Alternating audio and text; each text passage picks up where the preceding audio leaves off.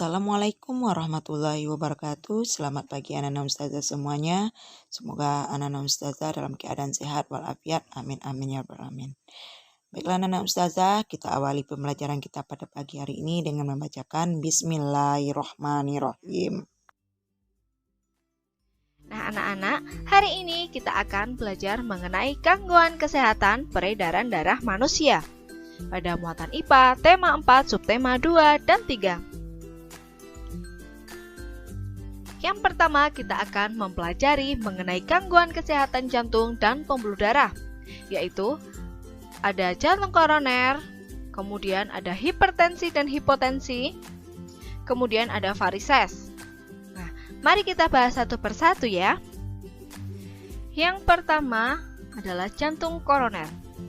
Jantung koroner merupakan penyakit yang ditandai dengan penyumbatan pada pembuluh darah oleh berbagai macam zat, misalnya zat lemak dan zat kapur. Gejalanya yaitu sesak napas, nyeri pada bagian tertentu, dan merasa cepat lelah. Nah, jantung koroner ini menyebabkan aliran darah menjadi terhambat, sehingga jantung tidak dapat bekerja dengan baik. Nah, anak-anak, perhatikan gambar di sebelah kanan ini. Nah, di sini ada pembuluh darah yang tersumbat oleh lemak ataupun zat kapur, sehingga dapat mengalami penyumbatan. Cara mencegahnya yaitu dengan cara olahraga teratur, istirahat yang cukup, mengkonsumsi makanan berserat seperti sayur dan buah-buahan. Yang kedua yaitu hipertensi dan hipotensi. Nah, yang akan kita bahas yang pertama mengenai hipertensi atau darah tinggi. Pengertiannya adalah tekanan darah dalam pembuluh arteri meningkat atau melebihi dari 120 per 80 mmHg. 120 ini merupakan tekanan darah saat jantung itu berkontraksi, sedangkan 80 ini adalah tekanan darah saat jantung berelaksasi. Penyebabnya yaitu yang pertama usia lanjut, kemudian ada gaya hidup tidak sehat, jarang berolahraga, dan stres atau banyak pikiran.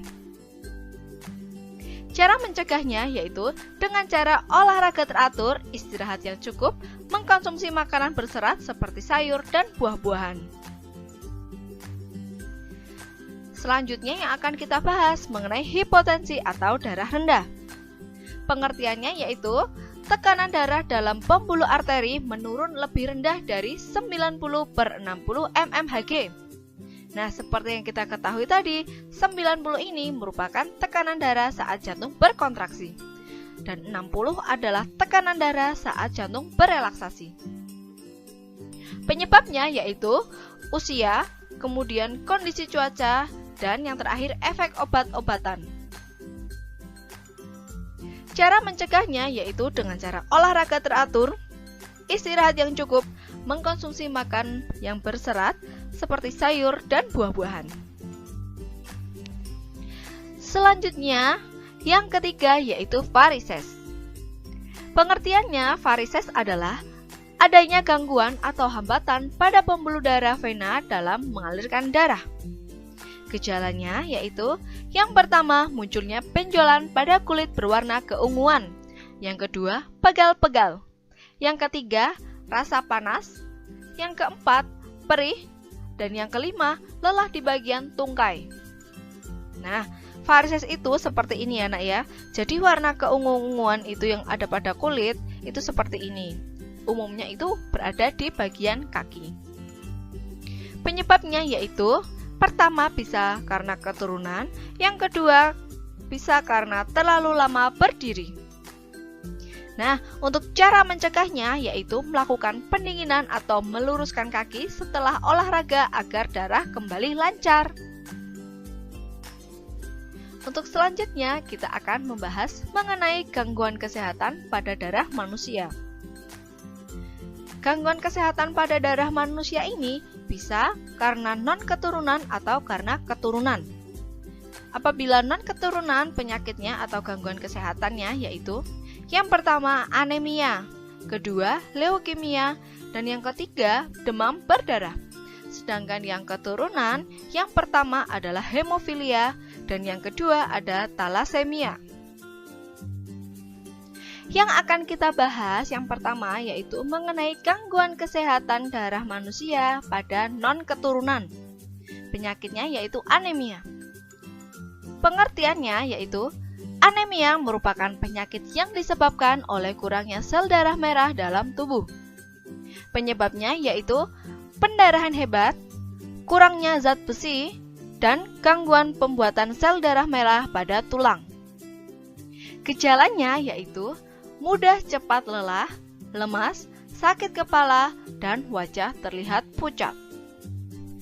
Cara mencegahnya yaitu dengan cara mengkonsumsi makanan kaya zat besi seperti bayam, telur, kacang-kacangan, ikan, dan daging sapi. Penyakit non-keturunan yang kedua yang akan kita bahas yaitu leukemia.